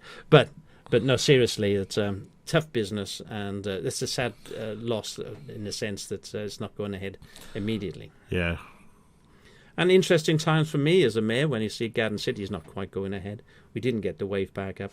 All these major developments at Canning Bridge are half built at best, or one of them is complete. So it's a number of hurdles to So the first one that went up two years ago? Well, in a sense, I think the raffles went ahead many years ago. The raffles, obviously, that was the first one. And let's think about government's role in that. I've got friends that live right next to it. They said it went broke, and then what? Not the raffles? No, the second one. Oh no. There was the a one perception that's just being finished. That's the precinct, the one right on Canning Highway. No, the one behind it, the Cirque, that's gone ahead. Yeah. Right. What happens is that when you start a development like that you need to get 75% pre-sales, or 125% of the value of the entire loan that you're looking for in pre-sales. And the one I think they're referring to is the precinct. And in order to get on with the development, the gentleman, the owner, actually put his own money into getting all the groundworks done and get to the first level. And when he hadn't quite sold enough in order to kick on, to borrow the money to pay for the rest of it. I think this is the way it worked out. So there was a delay of a month when everyone put their tools away, went away, and then came back again and started building. So what happened? And now sabbatical. Yeah. Well, you can't coordinate all these things the way you'd like to. No, I've worked construction. I know. Yeah. So, but the Cirque building is a beautiful building. The concern is that these buildings are now being developed higher than maybe some people thought they were going to be. And the 15-story area, there's been nothing really developed in the 4-story area. The 10-story area is still pretty much untapped, but the 15-story area has got traction. And but 15 stories, in fact, in one case, has turned to 30 stories, and in most cases, the 15 stories are going to 22 stories. People don't like that because they think it's going to cause more traffic problems, parking problems. But traffic on Canning Highway, we talked about that earlier, to say that these developments don't. It was bad before that. Yeah, it's getting worse and worse and worse, and the impact of those houses, that development, is quite trivial compared with the massive increase, east-west traffic increases. We're expecting a 50% increase over the next 12, 13 years. There's a lot of traffic that we're going to have to deal with, and we spoke about those issues earlier. But it's not down to those high-rise. These buildings have grown because, and I gave a guarantee prior to the last election, and I've been chastised for it. I said that we will not have Manhattan-style or New York-style developments in the city of Melbourne. Now, how did I know that? Well, the structure plan, as it stands, makes sure you cannot build shoulder-to-shoulder 15-story buildings. Because if you've ever been to Manhattan, that... No, I don't have a passport. I can imagine why that was confiscated. No, 15-story. What happens is you limit the light accessing the buildings. Yep. The breeze as well is interrupted, and the visual amenity is interrupted. So the plan for Canning Bridge was that you'd have a podium type, and people were encouraged to amalgamate blocks, a podium style 4-story development at the bottom and tower blocks behind, in order to maintain the light access, the breeze flow, and for people to That's have exactly the same as what they've done in the Raffles. Yeah, a visual corridor.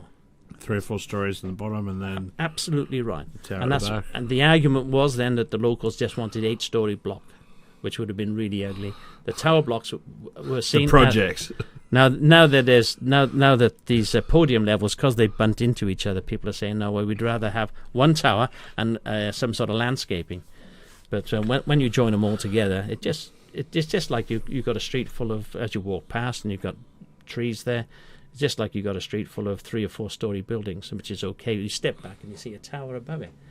And that's what the government are forcing us to do, is to provide density in that way near the rail stations. These are all decisions by government. I really like to explain that brings me back some 12, 13 years ago when we started talking about developing Canning Bridge as a higher density area. People were up in arms.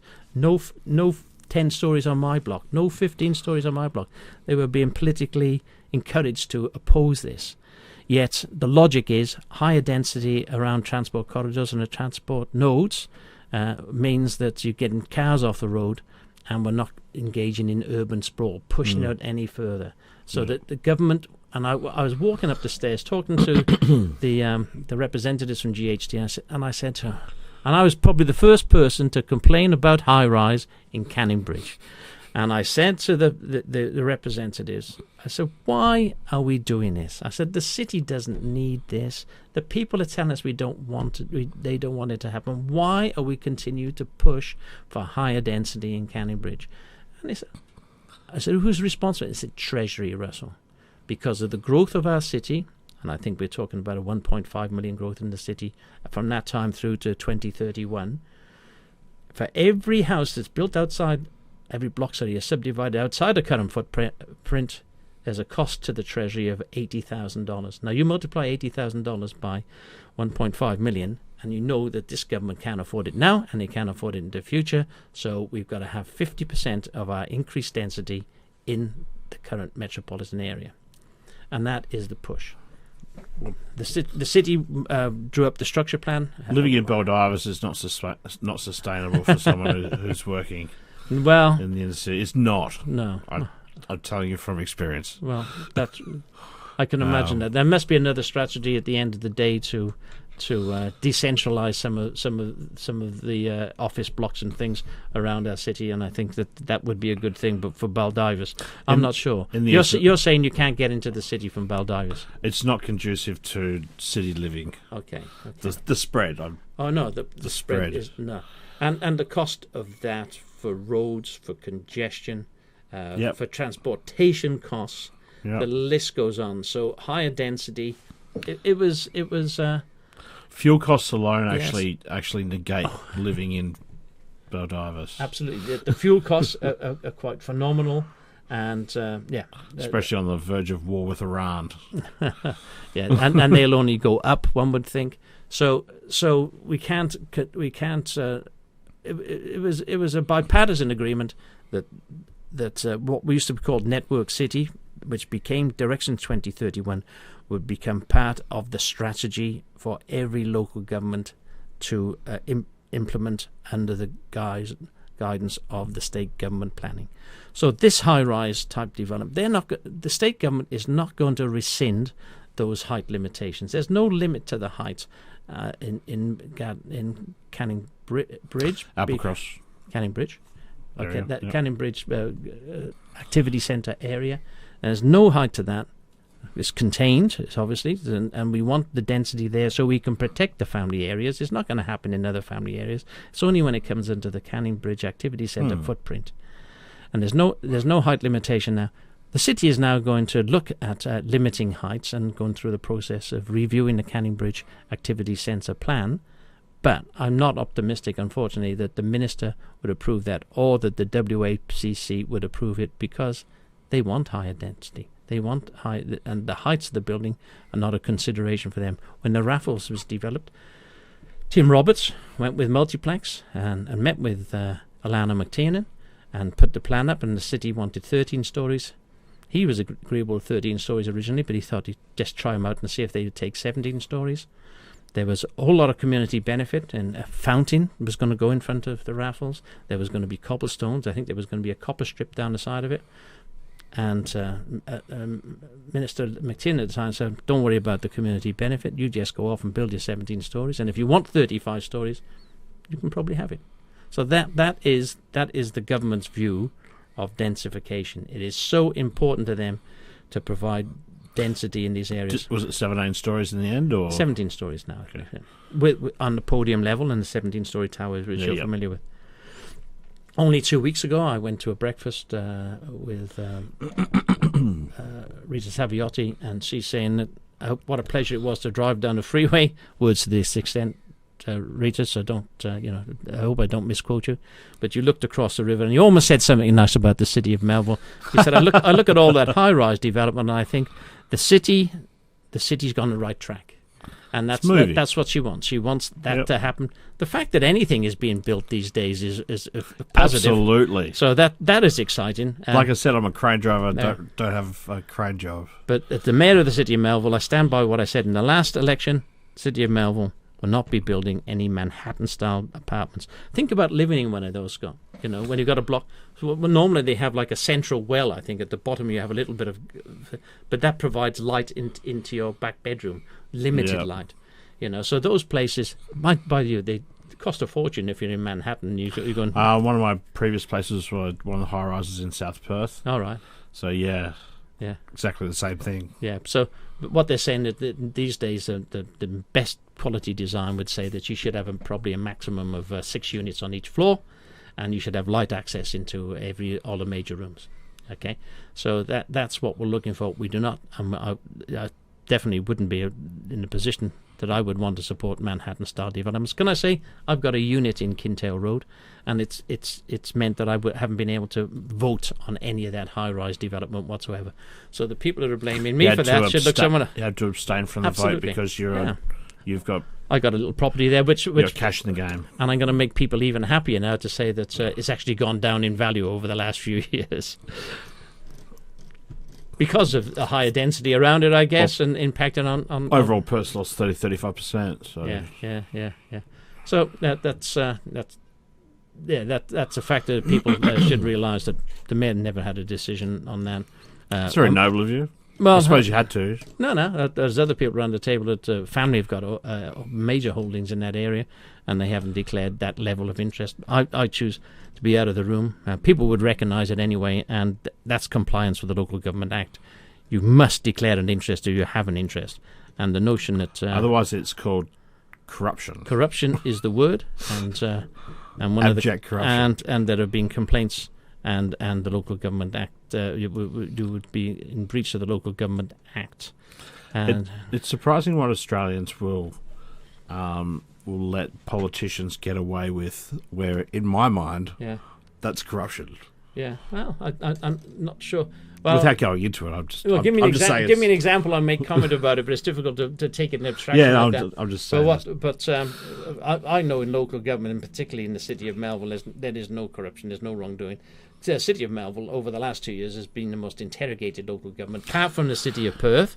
And we've come up with flying colours, as I would say, minor issues which were actually dealt with before the report came out. Because as soon as we find we've done something that isn't absolutely kosher, then we fix it up, and that's what we've done. Now, at the end of the day, the minister's saying, well, there could be cultural problems dealing with and he means specifically dealing with these groups that inundate us, bog down our processes, thousands of complaints. And how do I change that? It is very difficult. Only way that they will accept an answer is if the answer is what the answer they want. Because when they don't get the answer they want, they keep coming back with the same complaints over and over again. And the Local Government Act prevents us. If they get that answer, they're just still going to come. Yeah. Well, the Local Government Act prevents us from not dealing with them, unfortunately. So when they call a special electors meeting, we've got to give them a special electors meeting. When they call this another special electors meeting on exactly the same points, we've got to give it to them. And I think that's happened 9 or 10 times. Special electors meetings with those crowds costing us $10,000 plus every time, probably more like $15,000. There's a whole waste of money in last year's budget in providing those special electors meetings, which have provided no benefit whatsoever to our community. No benefit. We love to give a community an opportunity to speak, and they can do that at council meetings, they can send us letters. But the special electors meetings have been a political rort that these guys have got away with, unfortunately. And there's nothing within the Local Government Act that prevents us having multiple meetings on the same thing where they make the same points. And often those points that they raise, motions from the special electors meetings, ultra-virus, we can't even complete them under the local government now. We haven't got the powers to do some of those things, to turn things around. If we have a contract with the wave pack, they wanted to cancel the contract. It would have cost us a fortune to cancel that contract. So at the end of the day, the city did exactly the right thing. And no matter which side you look at, if you don't want the wave pack to go ahead, you say, well, okay, the result was that you just... the city had spent somewhere between $750 and $950,000 on the wave pack in terms of the development of the wave pack, which includes legal fees and the redevelopment of Tompkins Park. Some of that money will come back to us because we're still looking at some redevelopment of Tompkins Park, maybe with or without a new bowling club. But the Urban Surf spent, I believe, $750,000 of their own in the planning. So they've lost that money. But on top of that, you've got to have a look at the commercial viability losses. What do people think about coming here to Western Australia to invest money in what appears to be an excellent project, will provide great benefit for the community, fills a hole in your life? Yep. And the government knock it back. Knock it back. They call it wait a while in Western Australia. So the commercial viability of Western Australia went back a long way when the minister refused to allow us to purchase that land. Another cost. I've got a UBD in there from 1971, which has this land is reserved for the future Roe Highway. Yeah, no, it goes back to the Stevenson plan, of course. Do you know Blackwood Avenue in Hamilton Hill?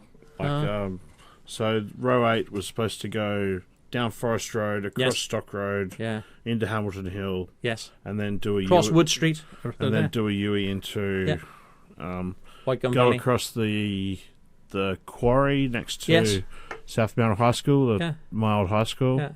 We all knew that for decades. Yeah. Well, all this was going to happen. So people that bought next to that road reserve would have bought cheaper land because it's a future road reserve. How furious would they be if someone puts a road reserve where they told them they're going to put a road reserve? That's worth fighting for because there's a financial gain in it for you.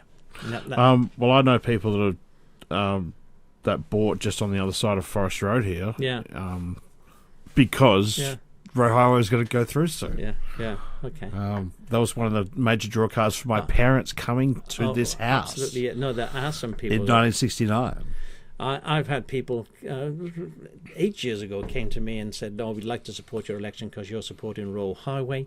This chap in particular, I think he was in one of those miniature submarine businesses, and he said the cost of freighting my submarines from my place in Bibra Lake to the airport doubles if Roe Highway isn't built, because if it's on freeway, the cost is about half. Yep, that's the insurance aspects of that. Yep. So lots of business suffering. I think the owners of properties in Bibra Lake, commercial properties, have been very patient with this. And have been very. One would think that if I had a business in Bibra Lake, I still can't believe that the unions are actually supporting Labor's stance on it. Yeah. The TWA, the TWU Transport Workers Union, have repeatedly come out and said, "Hey, Labor, can we talk about this?" I know. It's a lot of it's difficult to rationalise, but for the layperson in the street that looks at it and they think this is ridiculous. This is ridiculous. We'd have had much better environmental outcomes in the Beeley Park area if we'd have built Roe Highway than what we've got there now. And to say that as an alternative to building Roe Highway, you're going to build the outer harbour and destroy Coburn Sound to a lesser or greater extent is like a nonsense. And all the roads that would connect into there and where those roads go, next to the pinnacles, through close to Thompson's Lake.